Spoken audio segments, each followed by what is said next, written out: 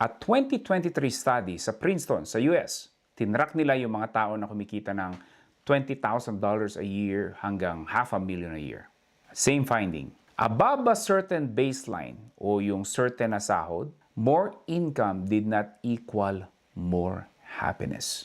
In other words, meron lang certain level na magiging mas masaya ang tao. So, ang tumaas lang, yung lifestyle, yung pressure, at yung expectations. Now, same pattern lang sa Pilipinas. I've talked to thousands of Filipino professionals, teachers, BPO agents, engineers, OFWs, and I can tell you this with zero doubt.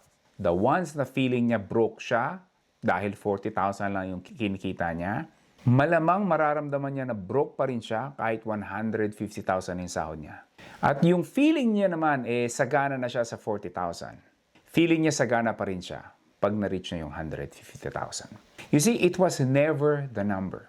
It was about the distance between yung kinikita mo at yung pinapangarap mo.